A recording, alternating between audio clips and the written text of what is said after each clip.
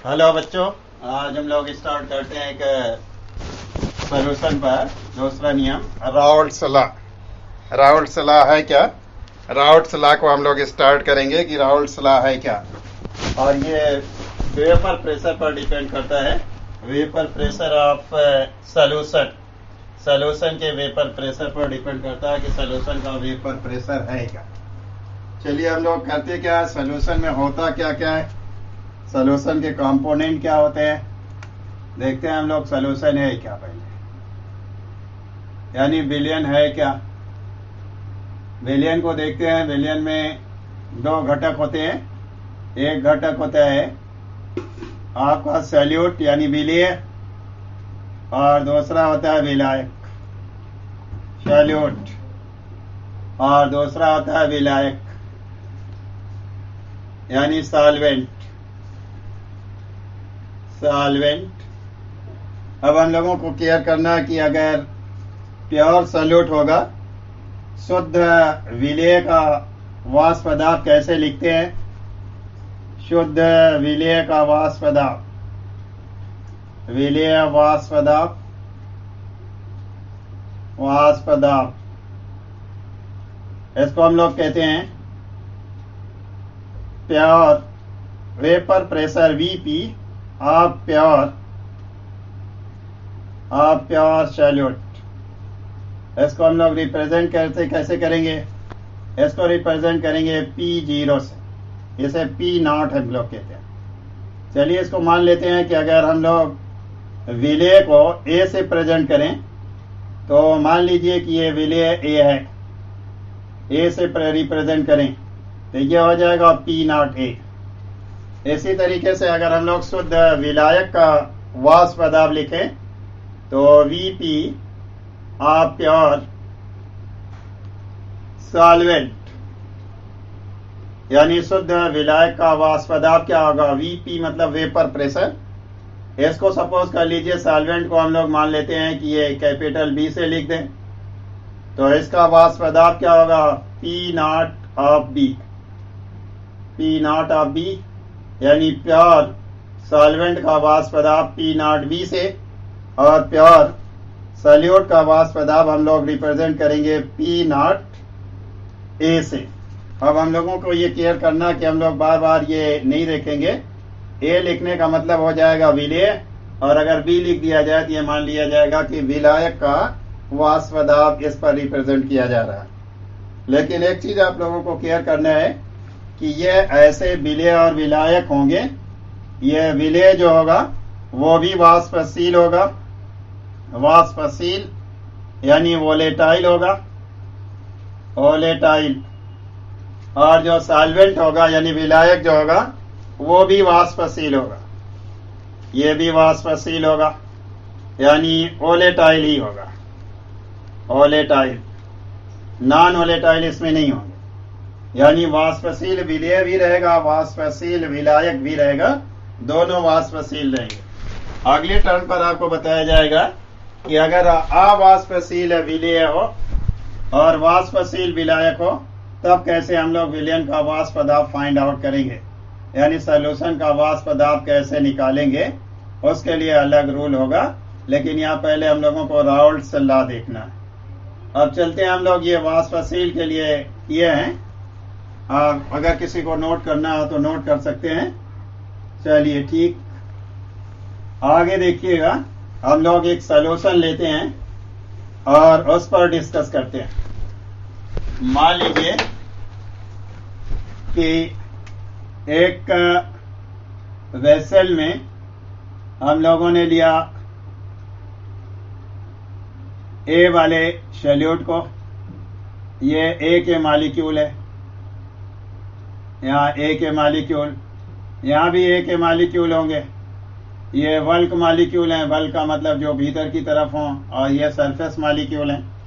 यहाँ से वेपर निकलेगी इस तरीके से, ये मान लीजिए वेपर निकल गई, वाष्पशील है।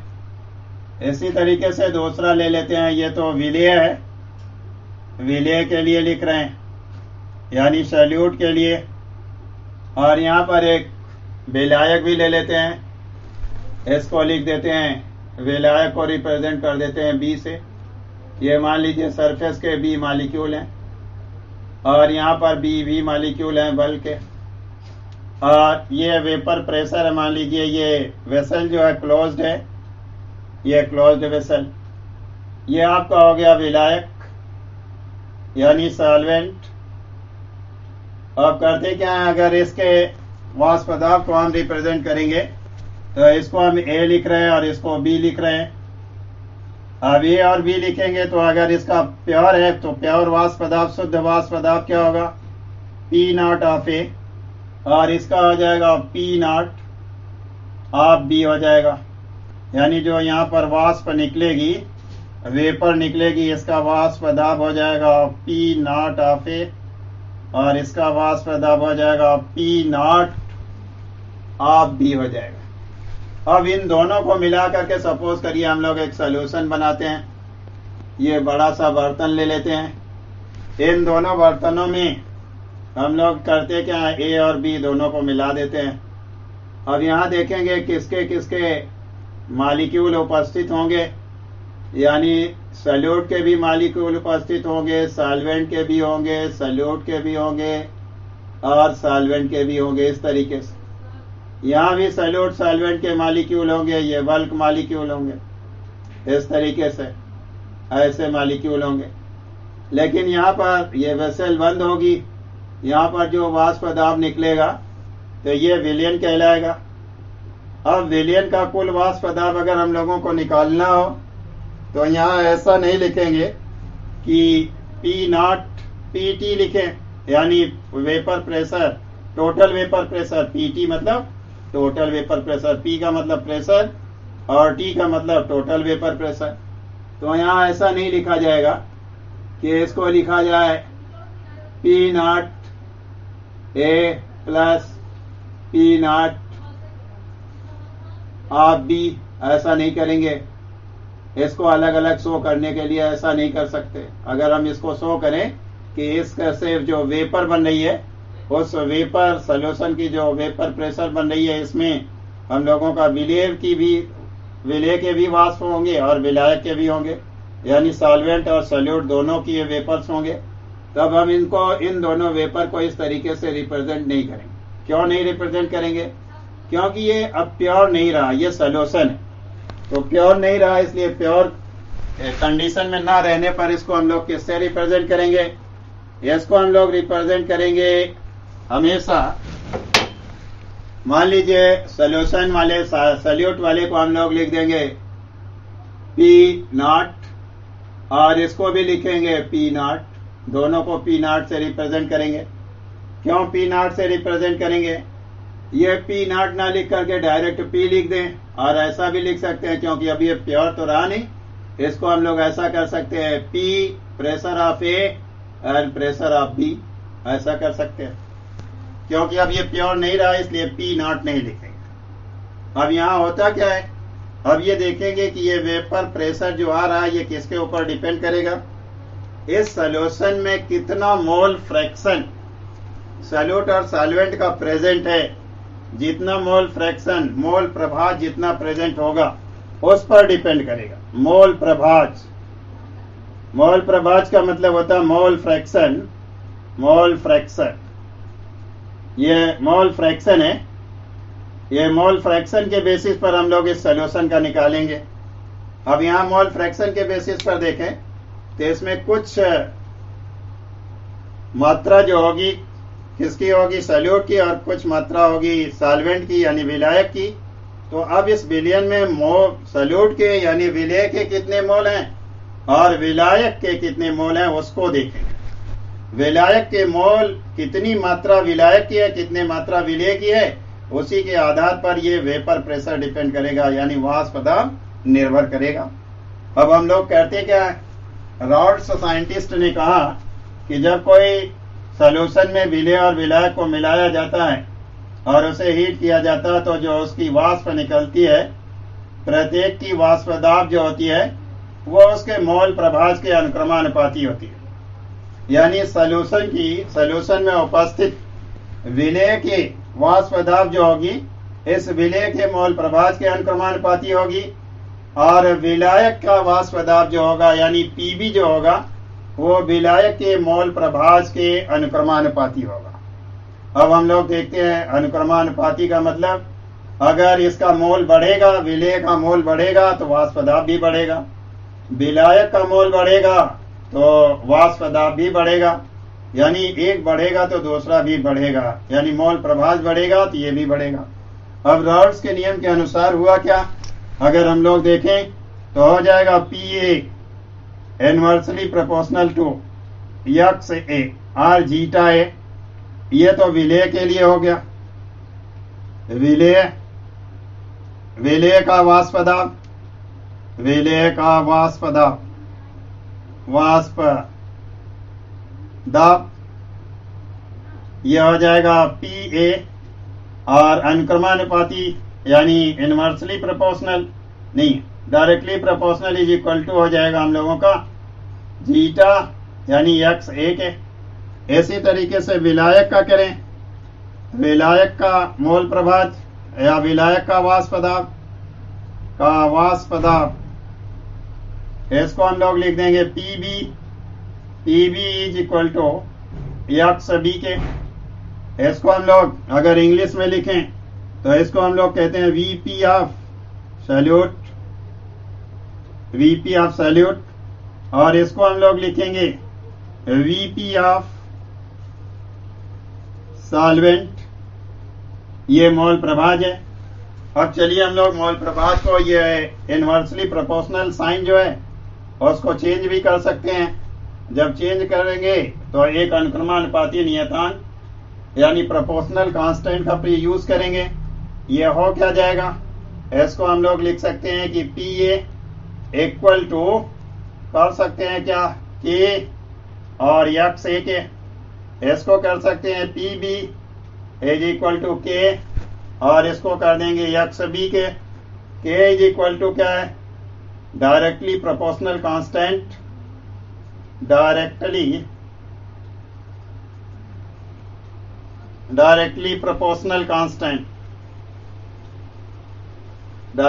प्रोपोर्शनल कांस्टेंट, इसको हम लोग कहेंगे अनुक्रमानुपातीय नियतांक,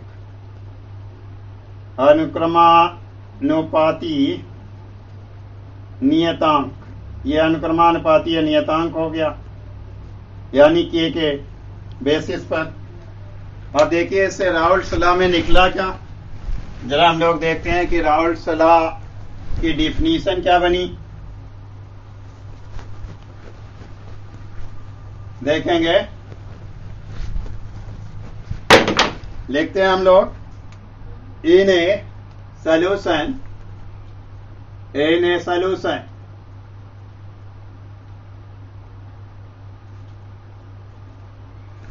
the partial vapor pressure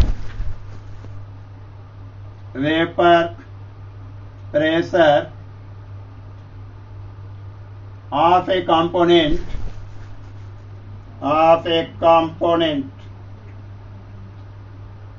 is directly proportional to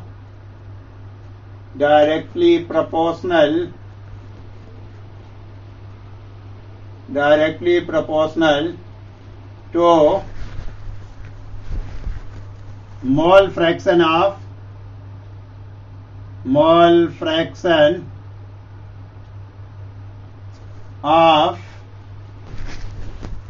that component,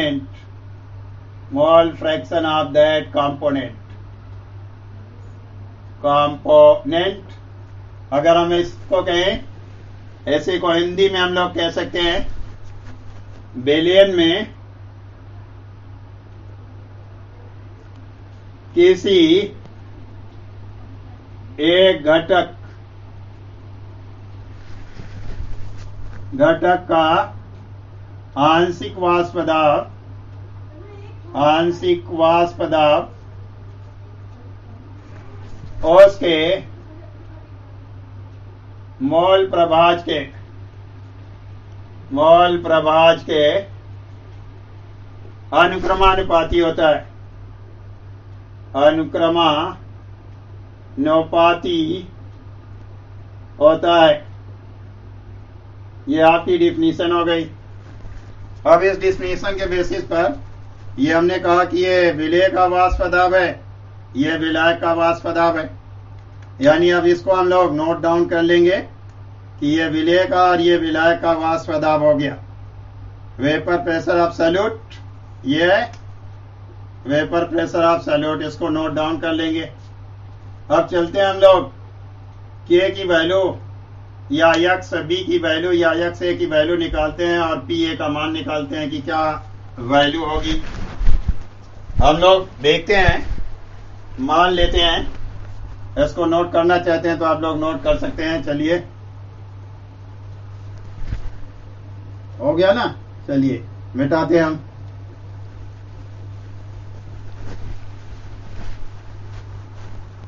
अब हम लोग देखते हैं, मान लिया लेट अस सपोज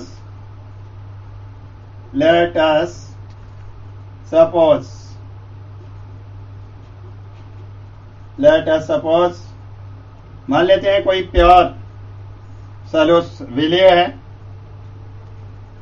मान लिया शुद्ध विलेय के लिए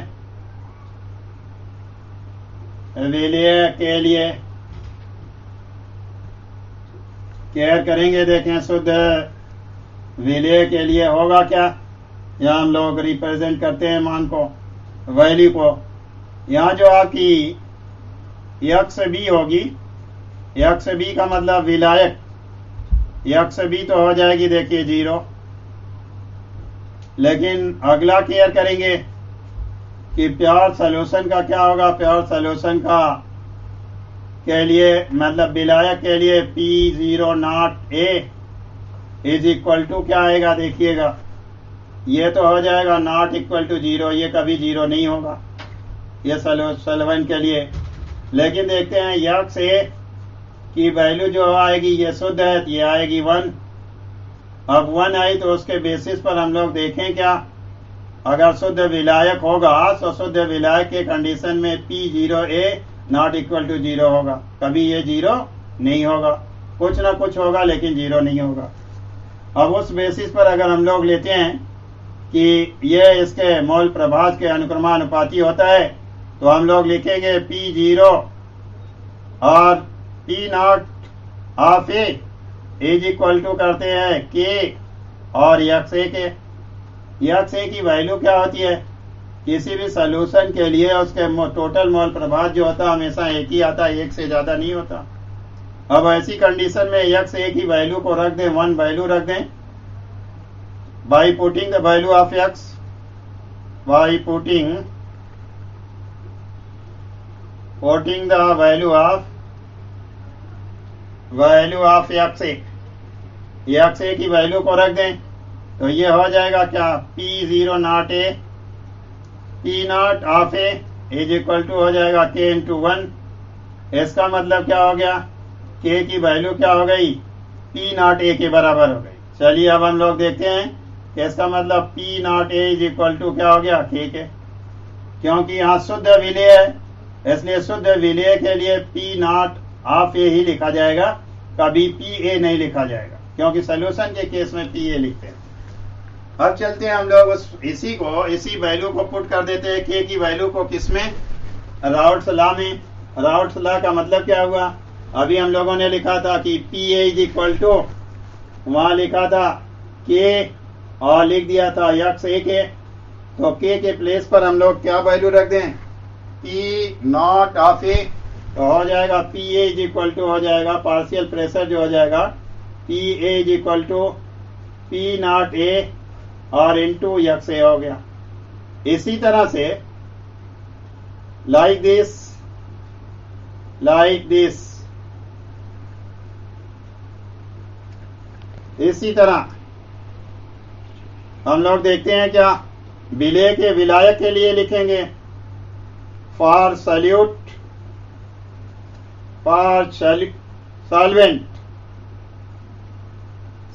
के लिए जब फाइंड आउट करेंगे विलेय के लिए विलेय के लिए पार्शियल प्रेशर देखो क्या हो जाएगा, P B is equal to हो जाएगा, वहां पर भी लिखते हैं के और एक्स बी, तो वहां पर एक्स बी को 1 मान लेंगे जब हम लोग, तो इसकी वैल्यू जब रख देंगे P B is equal to हो जाएगा हम लोगों का पी नॉट ऑफ बी और इनटू हो जाएगा एक्स बी। अब देखिए ये राउल्ट्स लॉ के अकॉर्डिंग हम लोग इसको फाइंड आउट कर सकते हैं। अब सॉल्यूशन के लिए लिखते हैं, ये आपके विलायक के लिए हो गया, ये विलेय के लिए हो गया, इसको नोट करें। अब हम लोग पूरे सॉल्यूशन के लिए लिखते हैं, फॉर सॉल्यूशन विलियन के लिए यहां देखिए करेंगे क्या हम लोग विलियन के लिए, यहां लिखेंगे पीटी का मतलब टोटल प्रेशर किसके बराबर होगा, वो होगा पीए प्लस पीबी के, लेकिन ये राउल्ट्स लॉ नहीं है, इसको हम लोग डाल्टन लॉ कहते हैं, क्योंकि डाल्टन लॉ कहते हैं कि किसी भी विलयन में उपस्थित आपस में क्रिया न करने वाले पदार्थों का कुल वाष्प दाब जो होता है उनमें उपस्थित घटकों के आंशिक वाष्प दाब के योग के बराबर होता है, यानी सम के बराबर होता है। उस कंडीशन में इस फार्मूले को हम लोग लिख सकते हैं, पीए की जगह पर क्या लिख दें, या पी नॉट, तो ये हो जाएगा P T is equal to हो जाएगा P not A and x A और plus P not of B is equal to क्या हो जाएगा एक्स बी। इस तरीके से हम लोग किसी सॉल्यूशन का टोटल वेपर प्रेशर निकाल सकते हैं कि टोटल वेपर प्रेशर क्या है। इसको हम लोग लिखेंगे टोटल वेपर प्रेशर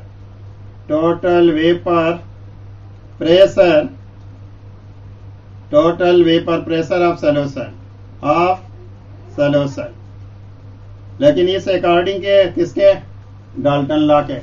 तो राउल्ट लॉ ये कहता है, आप लोगों को नोट करना हो तो नोट कर लें, जल्दी करें, मिटाते हैं हम।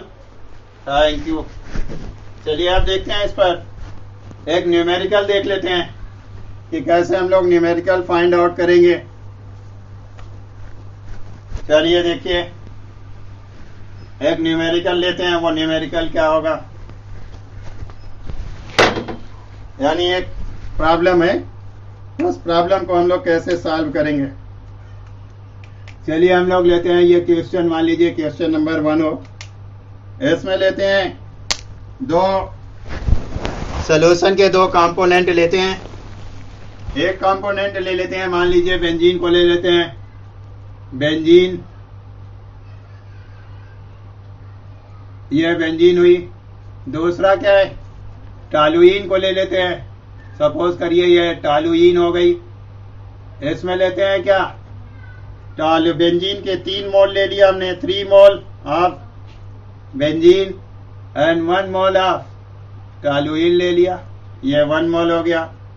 अब हम लोगों को करना क्या है, इसका एक सॉल्यूशन बना लिया। अब हम लोगों को फाइंड आउट करना है कि इसमें एक चीज दी हुई है कि पी नॉट ऑफ बेंजीन का मतलब बी इज इक्वल टू दी गई है 400 mmHg, ये यानी प्रेशर जो है प्योर बेंजीन का प्रेशर, ये वाष्प पदार्थ। और यहाँ पर टॉलुइन का ले लेते हैं, इसको पी नॉट और ऑफ टी कर देते हैं, टी का मतलब टॉलुइन। इसका सपोज करिए हम ले लेते हैं 200 mmHg, 200 mmHg। अब दोनों मिक्सचर को मिला रहे हैं, दोनों को मिलाने पर जो एक सॉल्यूशन बनेगा, इन दोनों को मिलाने पर बन जाएगा एक सॉल्यूशन। अब हम लोग कहते हैं कि यहां में क्वेश्चन है कि find out the total vapour pressure और वीपी ऑफ द सॉल्यूशन। अब इसी सॉल्यूशन का हम लोगों को वीपी निकालना है, यानी वेपर प्रेशर क्या है, टोटल वेपर प्रेशर क्या है। तो अब हम लोग टोटल वेपर प्रेशर के लिए अभी फार्मूला लिखा गया था कि फार्मूला क्या होगा, चलिए पहले हम लोग इसका मोल निकाल लेते हैं। इसके मोल प्रभाव यक्स एक हो यानी यक्स बी कर देते हैं। X B is equal to क्या होता है, यहां लिखेंगे एन बी और अपान कर देंगे एन बी और प्लस करते हैं एन टी। इसी तरीके से इसकी वैल्यू रख देते हैं। ये कितना 3 मोल है, 3 मोल रख दिया। ये 3 प्लस 1 कर दिया, क्या हो गया 3/4 हो गया। इसी तरीके से हम लोग यक्स टी करते हैं। यक्स टी को जब फाइंड आउट करेंगे तो इसके मोल को रखेंगे एन टी बटा कर देंगे N B plus N T. इसको जब रखते हैं तो ये 1 मोल है तो ये 1/, हो गया। अब हम लोग कहते हैं 3 + 1 दैट इज इक्वल टू 1/4। दोनों को अगर ऐड कर ले तो देखेंगे ये 3 और 1 4 हो गया, 4/4 दैट इज इक्वल टू 1 हो गया। यानी X T plus X B जो होगा, एक्स बी एक्स टी 1 के बराबर हो जाएगा, क्योंकि ऐसा रूल है कि मोल फ्रैक्शन कभी भी 1 से मोर नहीं होता। अब चलिए ये हम लोगों को वैल्यू मालूम है। सोल्यूशन का पी टी करते हैं, पी टी मतलब टोटल वेपर प्रेशर और vapour pressure of the solution, या पी टी लिख देते हैं। चलिए पी टोटल ऑफ सोल्यूशन करते हैं तो कर देंगे क्या, हम लोग लिखेंगे पी नॉट ऑफ बी और x B plus P not of T और into x T. P not of B को ये वैल्यू कहां से रख देते हैं, देखो यहां से रख देते हैं। तो हम लोगों का हो गया 400 इंटू कर देते हैं, यहां आपका हो गया 3/4 और यहाँ क्या हो गया, देखो पीटी की वैल्यू यहां से रख देते हैं। इसको कर दिया 200 हमने, इसको कर दिया 1/4 कर दिया। अब चलिए इसको हम लोग डिवाइड कर देते हैं। जब डिवाइड करेंगे तो देखो क्या आ जाएगा, ये वैल्यू हो गई 100 और इस वैल्यू को करेंगे तो 4 5 जा 50 हो जाएगा। टोटल प्रेशर क्या आ जाएगा 300 हो गया। ये 3 × 100 दैट इज इक्वल टू 300 और यहाँ ये हो गया 50 यानी टोटल आ गया 350 और क्या एम एच जी के बराबर हो जाएगा, एम एच जी। इस तरीके से हम लोग किसी भी